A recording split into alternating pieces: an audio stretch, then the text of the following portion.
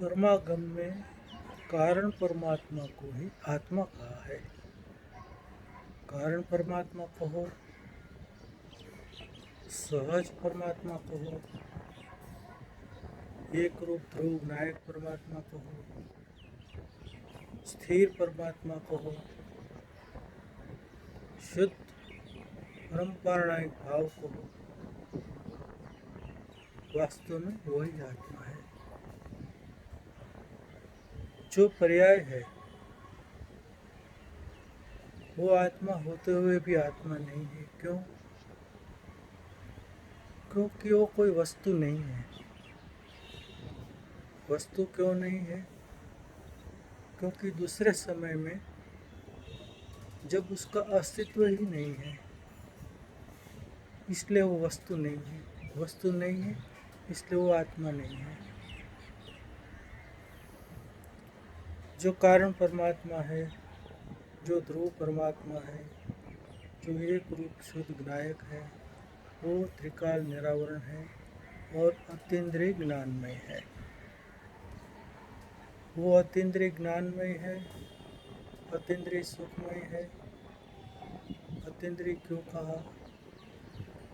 उसमें द्रव्येंद्रिय भावेंद्रिय तो नहीं है, लेकिन भावेंद्रिय का विषय भी उसमें नहीं है। भावेंद्रिय के विषय भले ही क्षोभ ज्ञान में हो, लेकिन वो क्षोपशम ज्ञान आत्मा में नहीं है। इतना ही नहीं, क्षोपशम ज्ञान तो नहीं है, केवल ज्ञान क्षय ज्ञान भी आत्मा में नहीं है। ये सब पर्याय में है। और जो पर्याय है वो मेरे एक रूप ध्रुव नायक में नहीं है। इसलिए जो दृष्टि का विषय है, जो सम्यक दर्शन का विषय है, जो सम्यक चारित्र का विषय है, वो तो मेरा एक रूप ध्रुव विनायक परमात्मा ही है। और दृष्टि उसी में अविचलित रहती है। यही दृष्टि है, यही सम्यक दर्शन है। उस समय ज्ञान में भले ही विनायक के उपरांत पर्याय भी जानने में आती है, मनन चिंतन भी जानने में आता है, विचार भी जानने में आता है, लेकिन वो पर रूप में जानने में आता है, स्वरूप में नहीं। ज्ञान की सचुत दिशा में वो झलकते अवश्य है, लेकिन वो ज्ञान के पर्याय में आते नहीं है।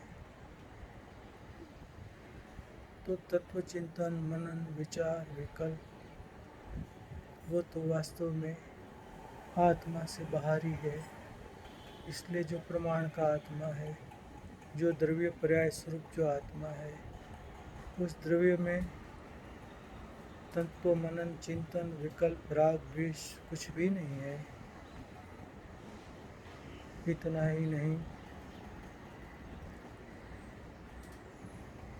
उस द्रव्य रूप परमात्मा में जानन पर्याय भी नहीं है। द्रव्य में जो जानन है वो अतीन्द्रिय ज्ञान में है, एक रूप है, ध्रुव है, अक्रिय है, उसमें जानना है, लेकिन बिना उत्पाद व्यय का। अब जो पर्याय में तत्व, मनन, चिंतन, विकल्प बताए वो तो पर्याय के बाहर है। जो प्रमाण का आत्मा है उसमें द्रव्य और पर्याय दो ही है। या द्रव्य और पर्याय में क्या लेना? द्रव्य में तो कारण परमात्मा और पर्याय में पर्याय स्वभाव, शुद्ध पर्याय स्वभाव लेना। अशुद्ध पर्याय स्वभाव नहीं लेना। अशुद्ध पर्याय जो है वो वास्तव में पर्याय स्वभाव नहीं कहा है, क्योंकि पर्याय स्वभाव हमेशा शुद्ध ही होता है, पवित्र ही होता है, पवित्र स्वरूप ही होता है। इस पर्याय स्वभाव में वास्तव में विभाव नहीं है। क्यों विभाव नहीं है? क्योंकि पर्याय स्वभाव है। स्वभाव जो होता है उसमें विभाव नहीं होता है। इसलिए प्रमाण का जो आत्मा है उस प्रमाण के आत्मा में विभाव भी नहीं है। शरीर आदि पर द्रव्य तो नहीं है। दूर दूर तक छह द्रव्य आदि जो कुछ भी है अनंत सिद्ध परमात्मा है, अनंत परमात्मा है, वो भी प्रमाण से बाहर है, वो भी प्रमाण के भीतर में नहीं है। ये प्रमाण जो बताया वो अध्यात्म का प्रमाण लेना, आगम का नहीं। तो अध्यात्म के प्रमाण में पर द्रव्य तो है ही नहीं, पर द्रव्य ज्ञेय रूप से भी नहीं है। अध्यात्म के प्रमाण में केवल सामान्य विशेष स्वरूप एक आत्मा ही है, इसको छोड़कर कुछ भी नहीं है। ये प्रमाण ज्ञान की बात कही, लेकिन ये प्रमाण ज्ञान जो है वो द्रव्य स्वभाव में नहीं है, क्योंकि द्रव्य स्वभाव में प्रमाण ज्ञान का भी अभाव है। क्योंकि द्रव्य स्वभाव जो है वो दृष्टि का विषय है, अक्रिय है, निष्क्रिय है, परम पारिणामिक रूप है, उसमें पर्याय नहीं है। तो ये जो अध्यात्म का प्रमाण बताया उस प्रमाण में से जो निश्चय निकाल लेता है, क्योंकि अध्यात्म के प्रमाण में सामान्य विशेष दोनों जानने में आ रहा है, उसमें जो अध्यात्म में निश्चय निकाल लेते हैं, जो एक रूप ध्रुव नायक को ही दृष्टि का विषय, ध्यान का ध्येय और ज्ञान का ज्ञेय बना लेते हैं, वो वास्तव में सम्यक दृष्टि है, ज्ञानी है। और जिन्हें सम्यक दर्शन नहीं है, सम्यक ज्ञान नहीं है, ऐसा जीव भी ऐसे प्रमाण स्वरूप आत्मा को भली भांति जानकर, विचार कर, मनन कर, निर्णय कर, जब विकलात्मक भूमिका से यथार्थ निर्णय हो जाने के पश्चात, जब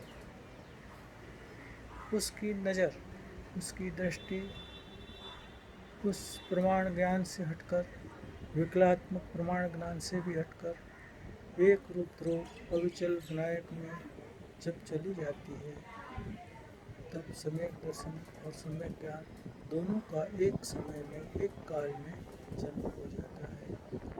तब दृष्टि एक रूप ध्रुव नायक में अविचल हो जाती है, आचरण भी उसमें एक रूप में अविचल हो जाता है, जिसे स्वरूपाचरण कहते हैं। फिर भले ही सविकल्प दशा में प्रमाण ज्ञान रहता है, लेकिन वो उपादेय रूप से नहीं रहता, बस वो सहज जानने में आता है। लेकिन ज्ञानी उसे जानने में कभी भी स्थिर नहीं होते, उसे जानने तक नहीं जाते हैं। सहज जानना हो जाना अलग बात है। दृष्टि एक रूप ध्रुव नायक पर होने से परिणति उसी ओर बहती रहती है, और सविकल्प दशा से निर्विकल्प दशा में ऐसे ही जीव का आगमन होता है। इस प्रकार शुद्ध आत्मा का जैसा स्वरूप है वैसा यथार्थ स्वरूप जानना चाहिए। जीव अध्यात्म के प्रमाण को कभी समझा नहीं है, जाना नहीं है, न उसमें कभी उसे उल्लास आया है, न उसमें कभी प्रसन्नता आई है। बाहर के प्रमाण में जीव अधिक वजन देकर वास्तव में तो प्रमाण से बाहर ही रहता है और भ्रम में ये समझता है कि हम प्रमाण में हैं। असली प्रमाण तो आत्मा का सामान्य विशेष स्वभाव ही है। उस सामान्य विशेष स्वभाव में कहीं पर भी विकल्प है ही नहीं, राग द्वेष क्रोध मान माया कुछ भी नहीं है। ऐसे अध्यात्म का प्रमाण को भली भांति समझकर उसमें से जो ध्रुव नायक को परम्पराणिक भाव को एक रूप विनायक आत्मा को जो निकाल लेता है, वास्तव में वो ही जीव सम्यक को उपलब्ध होता है। यही अध्यात्म का रहस्य है, यही अध्यात्म का रहस्य है, यही अध्यात्म है। अधिक क्या कहे, यही अध्यात्म है, यही परम अध्यात्म है। जिस परम अध्यात्म में सिर्फ सामान्य विशेष ही रहता है, द्रव्य स्वभाव अनादि अनंत शुद्ध है, निरावरण है। ऐसे ही पर्याय स्वभाव भी अनादि अनंत शुद्ध है, भले ही आवरण हो, लेकिन आवरण होने पर भी पर्याय स्वभाव भी शुद्ध ही है। क्यों शुद्ध है? क्योंकि पर्याय स्वभाव के जितने भी अविभाग प्रतिच्छेद व्यक्त है, प्रकट है, वो स्वभाव ही है। और जितने अविभाग प्रतिच्छेद अव्यक्त है, अप्रगट है, वो भी स्वभाव ही है।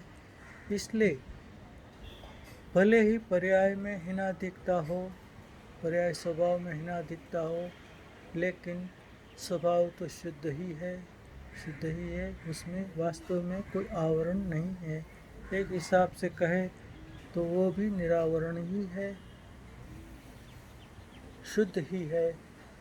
मात्र अविभाग प्रतिच्छेद की हानि वृत्ति के कारण उसमें कुछ फर्क है, लेकिन ज्ञानी धर्मात्मा उस हानि वृत्ति को नहीं देखते हैं, हानि वृत्ति की ओर नज़र तक नहीं करते हैं।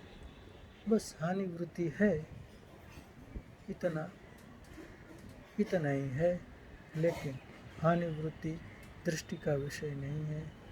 तो जो भेद विज्ञान करना है वो द्रव्य और पर्याय के स्वभाव में तो करना ही है। दोनों सर्वथा अलग अलग है, एक दूसरे में प्रवेश नहीं है। वैसे ही पर्याय स्वभाव और विभाव स्वभाव में भी भेद ज्ञान है, क्योंकि पर्याय स्वभाव में विभाव है ही नहीं। इसलिए जिस प्रकार द्रव्य स्वभाव में पर्याय है ही नहीं, वैसे पर्याय स्वभाव में विभाव है ही नहीं। ये बात भी भली बात ही समझनी चाहिए। भेद ज्ञान जो है वो द्रव्य और पर्याय के बीच में तो है ही है, लेकिन जो पर्याय स्वभाव को अशुद्ध मानता है, मलिन मानता है, वो भी वास्तव में पर्याय को समझा ही नहीं है।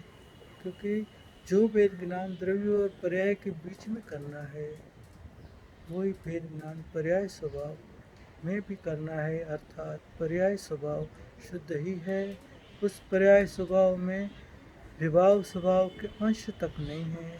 विभाव पर्याय है जरूर, लेकिन स्वभाव पर्याय से बाहर है, उसका स्वभाव पर्याय में प्रवेश तक नहीं है। तो विभाव पर्याय के वास्तव में तो प्रदेश ही भिन्न है। विभाव पर्याय आत्मा के प्रदेश में है ही नहीं। आत्मा के प्रदेश में तो द्रव्य स्वभाव और पर्याय स्वभाव दो ही है, और पर्याय स्वभाव में विभाव नहीं है और विभाव में पर्याय नहीं है, अर्थात पर्याय स्वभाव नहीं है। और द्रव्य स्वभाव में पर्याय स्वभाव नहीं है। दोनों इस तरह रहते हैं, द्रव्य स्वभाव और पर्याय स्वभाव कि दोनों के प्रदेश तो एक ही है। ऐसा नहीं लेना कि जिस प्रकार कोई घंटी है आटा पीसने की, ऊपर का व्हील पहिया घूमता है और नीचे का स्थिर रहता है, दोनों के क्षेत्र अलग है। वैसे द्रव्य स्वभाव और पर्याय स्वभाव में नहीं लेना। जहाँ पर्याय स्वभाव है वहीं द्रव्य है। दोनों का क्षेत्र एक ही है, प्रदेश एक ही है, प्रदेश भेद नहीं है। क्योंकि जहाँ ध्रुव एक रूप विनायक परमात्मा है वहीं पर तो ये पर्याय है। लेकिन ऐसा होते हुए भी द्रव्य पर्याय को स्पर्श नहीं करता और पर्याय द्रव्य को स्पर्श नहीं करता। दोनों में जमीन आसमान का अंतर है। दोनों एक दूसरे से बिल्कुल सर्वथा स्वभाव की विवक्षा से अलग है। प्रदेश की विवक्षा से दोनों में कोई भेद नहीं है। क्योंकि सामान्य विशेष ही तो प्रमाण का द्रव्य है। तो प्रमाण के द्रव्य के हिसाब से कहे तो दोनों के प्रदेश एक ही है।